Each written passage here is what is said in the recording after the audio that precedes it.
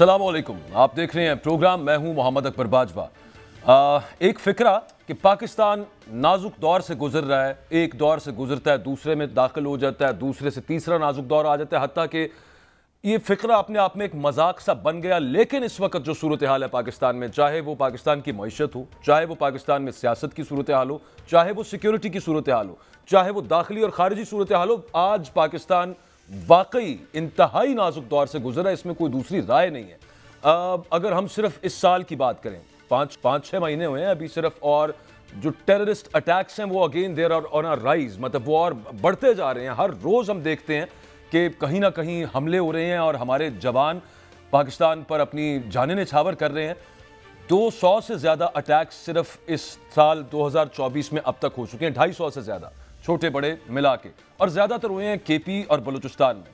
कल epics committee का इजलास हुआ, उसमें ये फैसला किया गया कि एक फुल फ्लेज्ड ऑपरेशन, जिस तरह से ज़रब अज़ब था या रद्दुल फसाद था, वो टेररिस्ट्स के खिलाफ शुरू किया जाए। अच्छा, अब उसमें मामला ये हुआ कि वहाँ पर चारों सूबों के वज़राए आला तो मौजूद थे, केपी, बल्तिस्तान और गिलगित बल्तिस्तान और आज़ाद कश्मीर के वज़राए आज़म को भी वहाँ पर एतमाद में लिया गया। लेकिन आज पार्लियामेंट में जो सूरत हाल देखी, उसी की कुछ झलकियाँ अभी प्रोग्राम से पहले आपको हमने दिखाई हैं।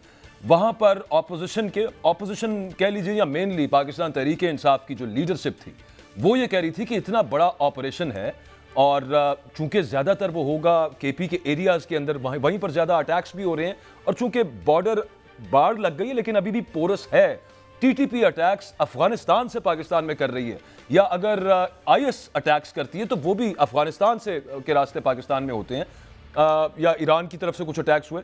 लेकिन और हुकूमत केपी के अंदर पाकिस्तान तहरीक इंसाफ की है, वो ये कहते हैं कि हमें एतमाद में बाकायदा तौर पर लिया जाना चाहिए, पार्लियामान को एतमाद में लिया जाना चाहिए। अच्छा, अब होना तो ये चाहिए था कि उन्होंने जैसे बताया कि पहले जो ऑपरेशन हुए, मिलिट्री क़यादत जो थी वो इन कैमरा ब्रीफ किया करती थी कि ये सब कुछ हम करने जा रहे हैं, लेकिन इस दफ़ा ऐसा कुछ नहीं हुआ। ये डिमांड कोई इतनी नाजायज़ भी नहीं थी। लेकिन दूसरी तरफ से जिस तरह के जवाब आए, हमने आपको दिखाया भी, वो अच्छा वो बात पीछे चली जाती है कि तालिबान को यहाँ पे लाके बिठाने वाले आप लोग, ये अलग बात है कि पॉलिटिकल गवर्नमेंट का खाली ये डिसीजन हो नहीं सकता। और फिर जब तहरीक इंसाफ की गवर्नमेंट चली भी गई थी तो याद दहानी के लिए सिर्फ इतनी अर्ज है कि राना सनाउल्लाह साहब, उन्होंने, वो वजीर दाखिला थे, उन्होंने भी एक मीटिंग से आके एंडोर्स किया कि हाँ जी, तालिबान को यहाँ पे जो है ना, टीटीपी को तो गुड तालिबान जो है यहाँ पे, उनको यहाँ पे हम बसाएंगे पाकिस्तान में और एक लड़ाई की जगह पे बेहतर तरीके से आगे मामला चलाएं, लेकिन वो चले नहीं। अच्छा, अब इस वक्त ये कहा जा रहा है कि मुज़ाकरात कर लें, अभी भी बातचीत करें, ये गौहर खान साहब ने कहा, और उस ऑपरेशन हल नहीं होता किसी चीज़ का। लेकिन ये बड़ी इंपॉर्टेंट चीज़ है कि इतना अहम मैटर उसको भी पोलिटिसाइज कर दिया जाए और उस पर भी इस तरह के बयानात इंतहाई अफसोसनाक है। खैर, लिया तो जाना चाहिए एतमाद में, क्यों नहीं लिया जा रहा, क्या वजूहात हो सकती हैं, और ये फिर अगेन कोई टैक्टिकल ऑपरेशन होगा या इससे कोई स्ट्रेटेजिक हमें माइलेज भी मिलेगी, इन सब चीज़ों पर बात करेंगे। हमारे साथ शौकत यूसुफजई साहब मौजूद हैं, पाकिस्तान तहरीक इंसाफ के रहनुमा। बहुत शुक्रिया यूसुफजई साहब दिया है। और ब्रिगेडियर हारिस नवाज साहब हमारे साथ हैं, एक्सपर्ट हैं डिफेंस मैटर्स के ऊपर, उनकी राय इसमें बड़ी अहम होगी, उनसे भी बातचीत करेंगे। मैं पहले शौकत यूसुफजई साहब आपकी तरफ आना चाहता हूँ। क्या खदशात हैं, तहफ़्फ़ुज़ात हैं? इस वक्त हुकूमत ये कह रही है कि आप, और ख्वाजा आसिफ मेनली वज़ीर दिफा ये कह रहे हैं कि आप एक ऑपरेशन जो दहशत गर्दों के खिलाफ होना है, आपकी जमात उसमें रखना डाल रही है, रुकावटें पैदा कर रही है, आप लोग नहीं चाहते कि ऑपरेशन हो, ये इल्ज़ाम आया आज, क्या कहेंगे आप? बिस्मिल्लाहिर्रहमानिर्रहीम। देखिए, ख्वाजा आसिफ क्या कहता है क्या नहीं कहता है, वो एक मुतासिबाना रवैया रखता है सूबे के साथ और पार्टी के साथ, क्योंकि ये सियासी लोग तो है नहीं। ये हमें सियासी नहीं कहते हैं कि ये सियासी नहीं, लेकिन बेसिकली ये लोग सियासी नहीं है। जिस कंधे के सहारा लेकर ये आए हैं बदकिस्मती से, अब इन्होंने जो मुल्क को जिस तरीके से ले जाना चाहते हैं, जहाँ तक ऑपरेशन का ताल्लुक है, देखिए ये बिल्कुल सिक्योरिटी मैटर है। मैं इस चीज़ पे कायल हूँ कि इस मुल्क के अंदर दहशतगर्दी गुज़िश्ता कई सालों से 20-25 साल तो हो गए, हम ये देख रहे हैं। और कई ऑपरेशन ज़रब-ए-रास्त, ज़रब मुख्तलिफ नामों पे जो है ना ऑपरेशन हो चुके हैं। तो देखिए, ये फैसला सिक्योरिटी इदारे ही कर सकते हैं कि क्या दहशतगर्दी के खात्मे के लिए एक नए ऑपरेशन की ज़रूरत है।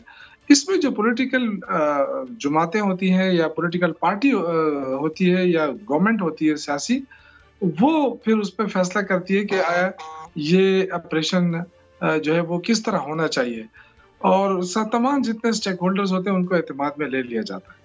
तो मेरे ख्याल से जहाँ तक इस बात का ताल्लुक है कि जी दहशतगर्दी के खिलाफ ऑपरेशन होना है, तो इस पे तो किसी को एतराज़ नहीं होना चाहिए। सही। चाहे वो मेरी पार्टी है, चाहे कोई भी हो।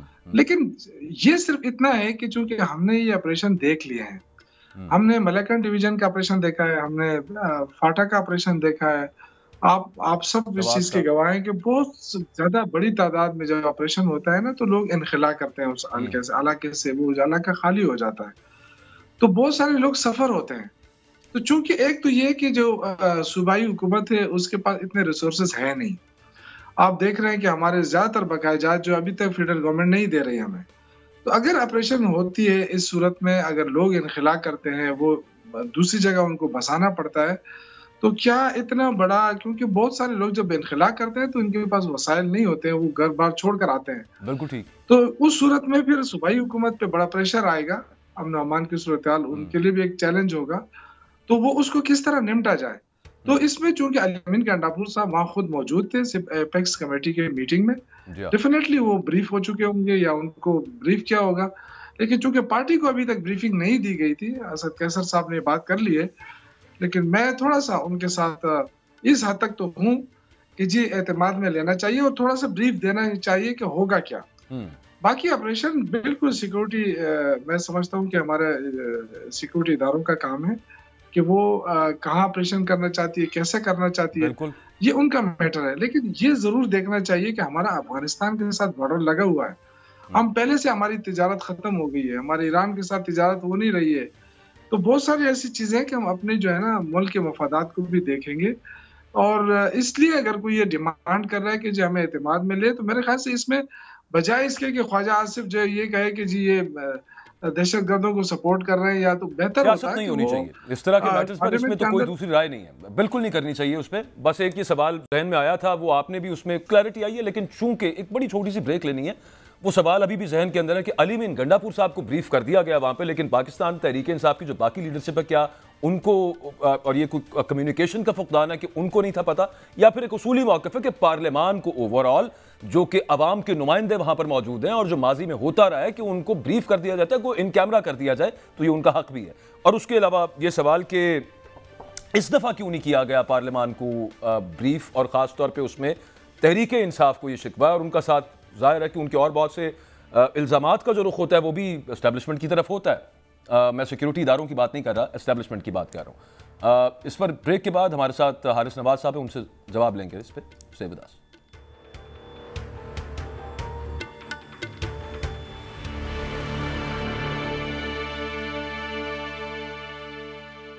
वेलकम बैक जी।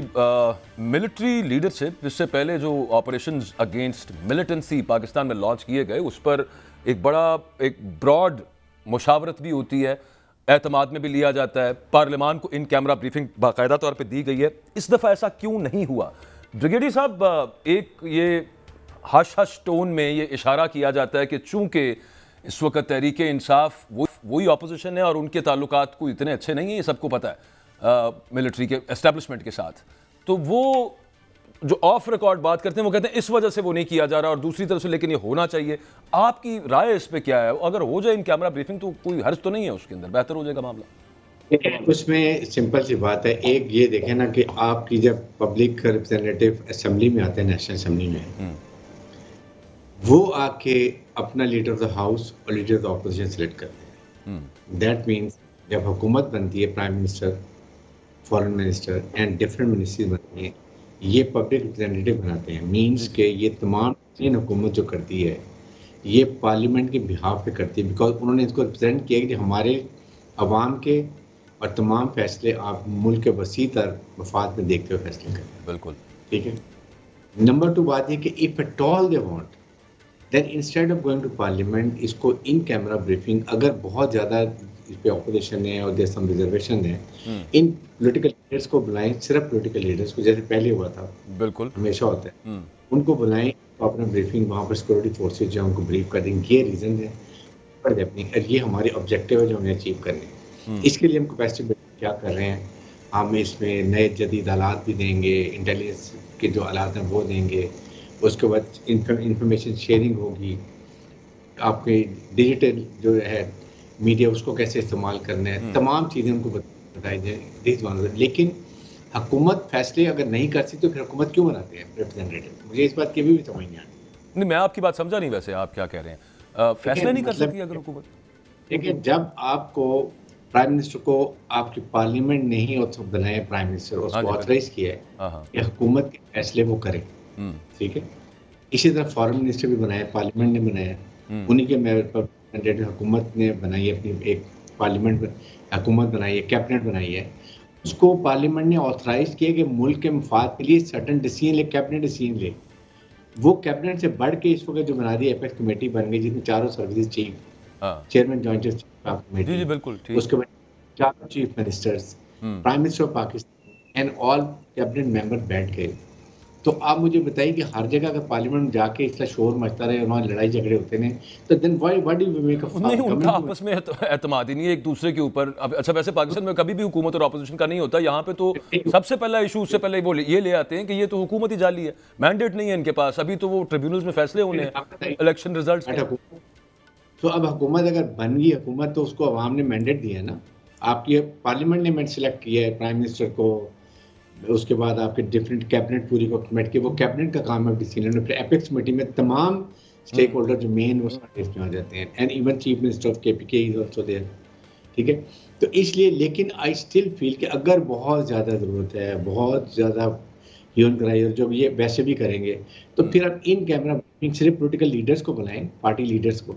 और अच्छा, आपको सर क्या लगता है, अभी जो शौकत साहब बात कर रहे थे बिल्कुल दुरुस्त बात है, मतलब अगर तो सिर्फ आईबीओज तक इंटेलिजेंस बेस्ड ऑपरेशंस हों, सर्जिकल ऑपरेशंस हों, तो वहां तक तो ठीक है। अगर पूरा पूरा एरिया कोई ऐसा सूरत हाल है इस वक्त दोबारा पाकिस्तान में, एवैक्यूएट करना पड़ेगा एक बड़ी आबादी को, और देखें जी ऐसी बात नहीं है, ये जो अज़्म इस्तेहकाम है, इट इज नॉट लाइक ये बेसिकली आपने ऑपरेशन को बढ़ाना है, साथ कैपेसिटी बिल्डिंग बढ़े, जो हमने बात की थी, फॉरेंसिक भी होंगी, गाड़ियों की रजिस्ट्रेशन भी होगी, वो भी चेकिंग होगी, हर चीज़ को चेक किया जाएगा। देखिए, जो एक बड़ी ख़ास इसमें एपेक्स में बात की थी वो ये की थी, लड़ाई जो है ना वो फौज करती है, जी जी, लेकिन जंग जो है ना वो पूरी कौम करती है, और इसके लिए everybody has to be together. इस ऐसे के ऊपर जब 156 हमारे जवान वो बच्चे शहीद हुए थे, तो उस वक्त भी ये ऑल पार्टी कॉन्फ्रेंस हुई थी, और उसमें ये फैसला हो गया था, उसके बाद कहीं नहीं गए। Just prime minister of Pakistan can still आज इस एक बहुत बेस्ट मौका इनके पास कि वो इसी नेशनल डायलॉग। अच्छा, मैं before I go to Shaukat sahab again, brigadier साहब, कोई एक पाकिस्तान में तो चलें, यहाँ पे हमारे यहाँ पे जो मिलिटेंट अटैक्स स्पोरेडिकली हो रहे हैं, कोई इधर हो गया उधर हो गया, और फिर कोई सेफ हेवन्स होंगी, कोई स्लीपर सेल्स होंगे, वो मामला अपनी जगह पे। वो अफगानिस्तान में भी कोई मामला है कि आईएस के खिलाफ एक और बड़ी जंग चलने लगी है वहाँ पे, और Pakistan can be a part of it. ये पिछले दिनों एक बड़ी इंपॉर्टेंट ब्रीफिंग हुई है, उसमें ये बताया गया। देखिए, it is not that, basically everybody is making Afghan intern government को रियलाइजेशन करा रहे हैं कि पाकिस्तान ने भी 12 ये बात उनसे की है कि जी हमने आपसे क्या डिमांड की है, ओनली वन थिंग। आपने दोहा एग्रीमेंट में कमिटमेंट किया था इंटरनेशनल कम्युनिटी से कि हमारी सरजमीन किसी टेररिस्ट ऑर्गेनाइजेशन को अलाउ नहीं होगी कि वो नेबरिंग कंट्रीज में जाके ऑपरेशन करें, ठीक है। दे हैव नॉट फुलफिलिंग एक कमिटमेंट है। हमने उनके लिए क्या कुछ करते हैं, हम अफगान ट्रांजिट, फर्टिलाइजर, चीनी, आटा एंड $4-5 बिलियन का हम और ये एक्सपोर्ट को नुकसान करते हैं, जस्ट बिकॉज ऑफ दोनों तरफ हमारे पश्तून भाई हैं, हमारी उनसे बहुत कल्चरल रिलीजन ट्रेडिशन है, हमने बहुत एक दूसरे को सपोर्ट किया है। वी थॉट कि इनके आने से हालात बहुत बेहतर होंगे और यहाँ पर इंडिया का इन्फ्लुएंस खत्म हो जाएगा, दूसरी दहशतगर्दों खत्म हो जाएगा। They have not done it. तो अल्टीमेटली ये फिर, और आपके सामने वो तो है, मैं तो आईएस के खिलाफ वहाँ पे जैसे खुरासान और बहुत सारा एरिया जो है वो उनके अपने उसमें इन्फ्लुएंस में, जिससे वेस्ट को भी खतरा है, और वो दोबारा एक जैसे पहले जंग हुई थी उस तरह की कुछ स्टार्ट होने का इंडिया अभी तक नहीं है। लेकिन तालिबान को रियलाइज करना चाहिए कि ये इनको कंट्रोल करने की जरूरत है। अफगान जब अमेरिकन गए हैं वेपन एमिशन छोड़ के, ठीक, इनकी प्राइम रिस्पॉन्सिबिलिटी थी कि सबसे पहले उस वेपन एमिशन अपना कंट्रोल करते, ताकि ये वेपन चलें वो तो सर हाँ वो नहीं मान रहे, वो एक और मैटर रहेगा। मैं जरा शौकत सही साहब से एक चीज़ क्लियर करना चाह रहा था, इफ़ यू अलाउ मी, मैं उनको शामिल गुफ्तगू रखूँ कि वो गंडापुर साहब को जो वहाँ पे ब्रीफ किया क्या यूसुफ सईद साहब, उन्होंने क्या बाकी लीडरशिप के साथ वो शेयर नहीं किया, या फिर वैसे ही एक डिमांड है कि पार्लियामान के साथ भी और आपके चुनिंदा जो लीडर्स हैं वहाँ पे उनको इन कैमरा ब्रीफ किया जाए? दोनों में से क्या सूरत है? देखिए, मेरे अली अमीन गंडापुर साहब के साथ अभी तक रब्ता नहीं हुआ है। अच्छा, वो शायद इस्लामाबाद में है और हो सकता है वो ब्रीफ कर दे, कोई सब वो नहीं है। मैं देखिए ये जो बात है ना, ये हर कॉमन मैन के जहन के अंदर है। वो जो पीटीआई ने असेंबली के अंदर बात उठाई है, तो वो एक आम आदमी की बात उठाई है। ठीक है। लोग ये पूछ रहे हैं कि जी ये कौन सा ऑपरेशन होगा, कैसे होगा, तो ये बात उठाई है। और मेरे ख्याल से बड़ी सिंपल सी बात है कि ब्रीफ जिस तरह ब्रिगेडियर साहब ने भी कहा, मैं इस बात से इत्तेफाक करता हूँ। देखें, सिक्योरिटी के मामलात हैं, हमें अगर खुलकर बात नहीं करनी है तो कम से कम जो पार्टी की लीडरशिप है, आप उनको बिठा के बात कर सकते हैं, उनको बता सकते हैं कि जी ये ऑप्शन है। ठीक है, हो सकता है अली अमीन गंडापुर साहब खुद ही कर लें अपने पार्टी को, सही। लेकिन ये कि जब उन्होंने एग्री किया है, अली अमीन गंडापुर साहब ने एग्री किया है, तो डेफिनेटली हम पार्टी उसके साथ खड़ी होगी। तहफ़्फ़ुज़ात अपनी जगह, लेकिन जो फैसले हुए उस फैसलों पे ज़ाहिर है हम हमारे वज़ीर आला है, हम उसको ऑन करते हैं और उन्होंने जो फैसला किया है उस पे हम अमल करेंगे इंशाल्लाह। उनके साथ खड़ी होगी पूरे। तो गौहर खान साहब कह रहे हैं कि अब मुज़ाकरात से मामलात होने चाहिए, ऑपरेशन ना हो तो बेहतर है। उनका खदशा फिर कहाँ पे है? मतलब अगर तो सिर्फ इंटेलिजेंस बेस्ड ऑपरेशन हो रहे हैं फिर तो कोई मसला नहीं होना चाहिए, फिर मुज़ाकरात वाली कौन सी बात है? उनसे तो करनी नहीं चाहिए बातचीत। मैं ये अर्ज कर रहा हूँ कि अगर ये बता दिया जाता कि ऑपरेशन होगा तो कौन सा ऑपरेशन होगा, जिस तरह ब्रिगेडियर साहब ने बता दिया कि जी वो गाड़ियों की भी चेकिंग होगी, कागजात की भी चेकिंग होगी, ये तो होता रहता है, तो अभी से शुरू है, तो कोई नया वो तो नहीं है, ये तो काफी अरसे से हो रहा है। लेकिन देखिए, हमें अपने मुल्क में अमन चाहिए और अमन के लिए जाहिर है लड़ती फौज ही है, लेकिन अवाम जब होती है साथ तो वो जंग बड़ी आसानी से जीती जाती है। और ये जो दहशतगर्दी के खिलाफ जंग है, हम 20-25 सालों से शायद है इसके। मैं एज इंफॉर्मेशन मिनिस्टर काफी जगह ब्रीफिंग देता रहा हूँ। ये जो चीजें हैं कि अवाम को, जो लोकल लोग हैं, वो जब आपके साथ खड़े होते हैं तो बड़े आसानी से वो जंग जीती जाती है। तो इसमें कोई कबाहत नहीं, मैं ये समझ रहा हूँ। बाकी कोई मुखालफत नहीं कर सकता कोई भी, क्योंकि सिक्योरिटी इदारे हैं, उनकी जिम्मेदारी है कि अमन कायम करना। हम उनके साथ हैं अल्हम्दुलिल्लाह। वो तो नहीं है कि पाकिस्तान मतलब अगर सिक्योरिटी सिचुएशन जो इस वक्त खराब हो रही है, अवाम को एतमाद में ले लिया जाए तो बेहतर। एब्सोल्युटली दुरुस्त कह रहे हैं आप। चीन ने भी उस पर जो तहफ़्फ़ुज़ात का इज़हार किया, मतलब वो बेहतर होगी तो सरमायाकारी आएगी पाकिस्तान के अंदर, सरमायाकारी आएगी, मईशत बेहतर होगी पाकिस्तान की, और फिर उसी के साथ बाकी मामलात भी, सियासत और क्या सियासी और क्या समाजी, सब कुछ उसी के साथ जुड़ा हुआ है। ब्रिगेडियर साहब, इससे पहले पाकिस्तान ने जो ऑपरेशंस किए हैं, बड़े लार्ज स्केल के ऊपर ऑपरेशंस हुए, उनमें हमें टैक्टिकल कामयाबियाँ तो मिली हैं लेकिन फुल फ्लेज्ड ये जो इफरीत है दहशतगर्दी का, मैं यूं कहूंगा कि स्ट्रेटेजिक कामयाबी नहीं मिली। क्या वजह है उसकी? देखें, इसमें राह राज था, फिर राह निजात था, फिर ज़रबे अज़्ब था। ज़रबे अज़्ब के बाद आपने टोटल कंट्रोल कर लिया। 2020 में इट वाज ऑलमोस्ट कंट्रोल, 95% हमने कंट्रोल कर लिया। ठीक। लेकिन 21 में जब ये अमेरिकन, ये तालिबान की इंटरिम गवर्नमेंट आई है और अमेरिकन वेपन छोड़ के गए हैं, और फिर दरमियान में डायलॉग शुरू हो गया हुकूमत का और ये टीटीपी वालों का with the support of Afghan Taliban.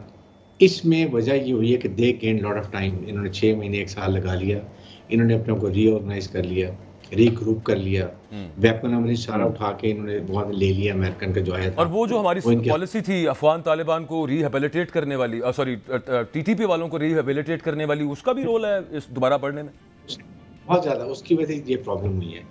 अभी dialogue, at least I will never recommend कि टीटीपी के साथ डायलॉग करें। एक ही तरीके डायलॉग, पहले they surrender, they accept the constitution of Pakistan and then come surrender करके बात करें।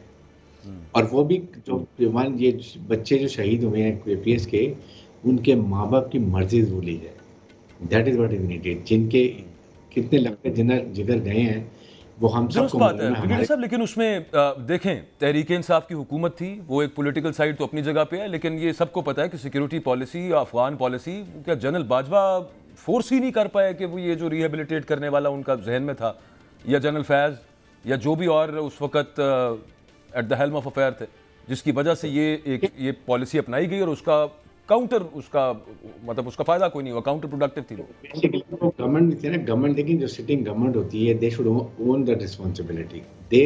द मिलिट्री रिकमेंड्स के जी ऐसे ऐसे कर लें।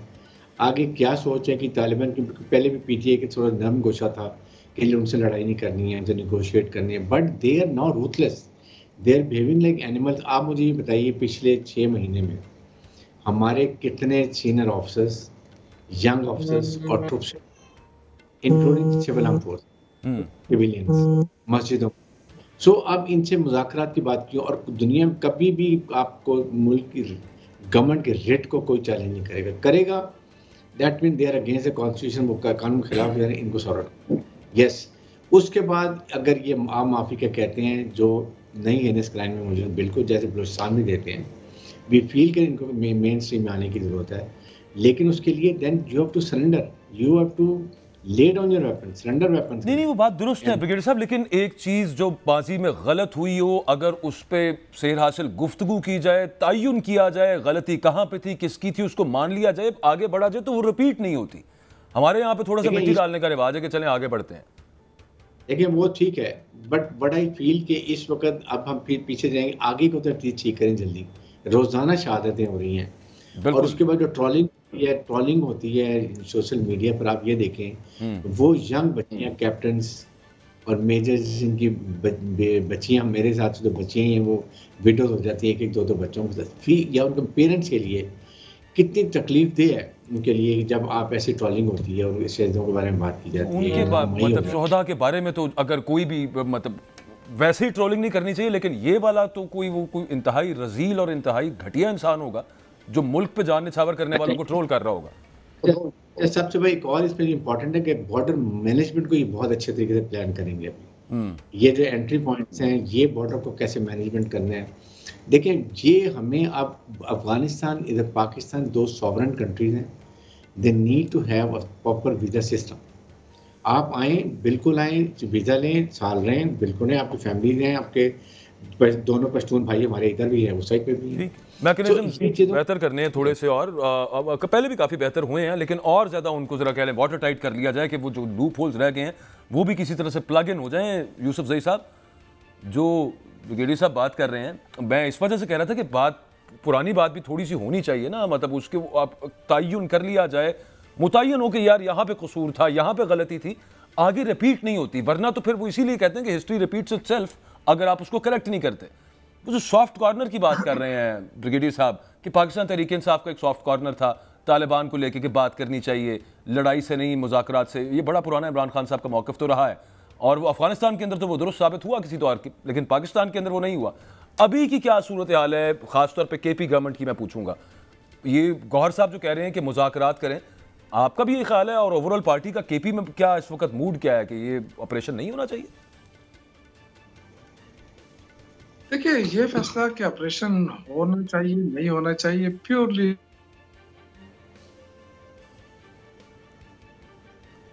शौकत यूसुफ सही साहब, उनकी खैर राबता उनसे हो गया। बात यही हो रही थी कि इस वक्त जो सूरत हाल है, सिक्योरिटी सूरत हाल, उसमें आगे ऑपरेशन तो करना बहुत ज़रूरी है, और जो पाकिस्तान को नुकसान पहुंचा रहे हैं, पहले भी हमने कई दफ़ा ये करके आजमा के देख लिया कि फ़ायदा कोई नहीं हुआ बातचीत करने का, और कभी होता भी नहीं है। शौकत यूसुफ सही साहब से राब्ता दोबारा बहाल हो चुका है। जी, आप फरमा रहे थे कुछ सर?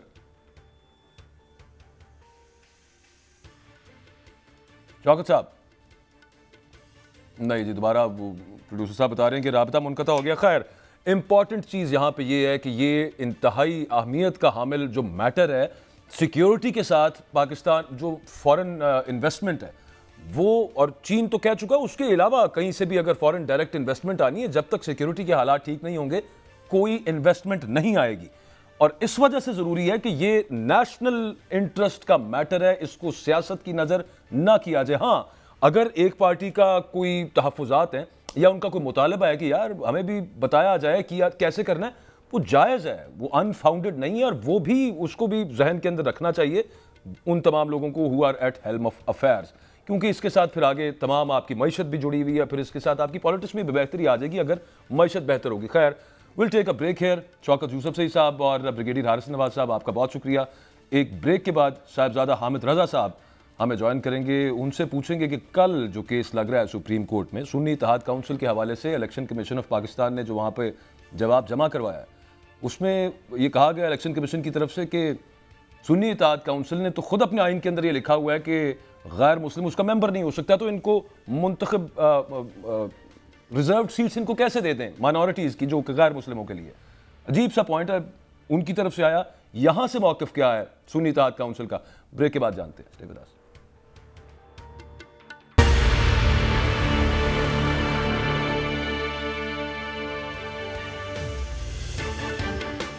Welcome back. हमारे साथ सुन्नी इत्तेहाद काउंसिल के सरबराह साहिबजादा हामिद रजा साहब मौजूद हैं। Thank you very much sir, आपने वक्त दिया। इलेक्शन कमीशन ने जो मखसूस नशिस्तों के हवाले से कल समाअत होनी, उसमें जो जवाब सुप्रीम कोर्ट में जमा कराया है उसमें कहा है कि आपकी जमात के आइन में ये लिखा है कि गैर मुस्लिम आपकी जमात का मेंबर नहीं हो सकता, लिहाजा जो रिजर्व सीट्स हैं माइनॉरिटीज़ की यानी गैर मुस्लिमों की और ख़वातीन की वो भी आपको नहीं मिल सकती। पहले तो ये क्लियर कर दीजिएगा, आपके आइन में वाकई ये लिखा है? बिस्मिल्लाहिर्रहमानिर्रहीम। बहुत शुक्रिया जी। देखिए, मैं इसके अंदर अगर आप मुझे 1 मिनट दें तो मैं क्लैरिफाई कर दूं। ये सिर्फ हमारी जमात के आइन में नहीं लिखा जी, ये JUIF के आइन की शेख नंबर 13 के अंदर भी यही लिखा हुआ है। और मजहबी जमातें नॉर्मली उनका एक बैकग्राउंड है, वो ये है कि आपके इल्म में है कि पाकिस्तान में हर कुछ अरसा के बाद माइनॉरिटीज के हवाला से कोई ऐसा इंसिडेंट जरूर होता है जिसकी बुनियाद के ऊपर मकसद है, जाहिर है एक पूरी इंटरनेशनल कम्युनिटी उसके अंदर इन्वॉल्व हो जाती है। और कुछ प्रीवियस प्रेसिडेंट्स ऐसे थे 2012 और 13 के अंदर स्पेशली, जहां पर कुछ इंसिडेंट्स के बाद कुछ फॉरेन एम्बेसीज इन्वॉल्व हुई, वहां पर लोगों को वीजे दिए गए और कुछ NGOs इन्वॉल्व हुई, जिसके बाद कुछ पैसों का लेन देन हुआ, जिसकी वजह से नॉर्मली तमाम मजहबी जमातें अवॉइड करती हैं कि उनके ऊपर कोई क्योंकि अगर कोई बंदा अपनी कैपेसिटी में पैसे रिसीव करता है तो वो फिर जमात के ऊपर नाम आता है। जैसा कि 2012 में नायला जोसेफ साहबा जो थी, उन्होंने को परेड फंड के हवाले से को पैसे लिए, अमेरिकन एम्बेसी ने उनको पैसे दिए, लेकिन वो चूंकि उस वक्त हम मिनॉरिटी विंग तश्कील दे रहे थे तो वो तमाम लोगों ने कह दिया जी कि सुन्नी इत्तेहाद काउंसिल ने वो $10,000 ले लिए अमेरिकन से और इस तरह। और उसके बाद फिर अमेरिकन एम्बेसी को हमने खत लिखा और क्लैरिफाई किया, जिसकी वजह से मजहबी जमातें तमाम की तमाम अपने आप को इस कैफियत से सेफ रखने के लिए ये बात करती हैं। ये सिर्फ हमारे दस्तूर में नहीं है, अक्सर मजहबी पार्टी के दस्तूर में ये चीज मौजूद है। आप कह रहे हैं कि ये JUIF के आइन में भी ये मौजूद है? मैं आपको बता रहा हूँ जी, शेख नंबर 13 और उनको तो खैर उन्हीं को अलाउट हुई ना बहुत सारी नशिस्तें आपकी जमात की भी? जी सर, उनको अलाउट हुई और उनकी माजी के अंदर अकलियतियों की नशिस्त के ऊपर उनके MNA भी रहे हैं, जो मखसूस नशिस्त है वो उनको अलाउट की गई और सेनेट के अंदर भी। तो ये चीज है जी। अच्छा, मुझे ये बताइएगा साहिबजादा साहब, आप ये कह रहे हैं कि मजहबी जमातें यूं करती हैं, उनके आइन के अंदर यूं होता है कि मतलब एक गैर मुस्लिम, और उसकी वजह आपने बताई कि मेंबर नहीं हो सकता। जो केस इस वक्त मखसूस नशिस्तों वाला है उसमें मैं कहूँगा कि सबसे अहम नुक्ता ये है, सियासी जमात, पॉलिटिकल पार्टी को डिनाई नहीं किया जा सकता। तो आप अपने आप को यहाँ पे रिलीजियस जमात कहेंगे, सियासी जमात कहेंगे? आप register election commission of Pakistan के साथ सियासी जमात के तौर पर हैं या मजहबी जमात के तौर पर हैं? नहीं, सियासी जमात के तौर पर रजिस्टर्ड हैं, लेकिन आपके इल्म में है कि पाकिस्तान की मजहबी सियासी जमातें, उनकी हैसियत दो हैसियत होती हैं उनकी।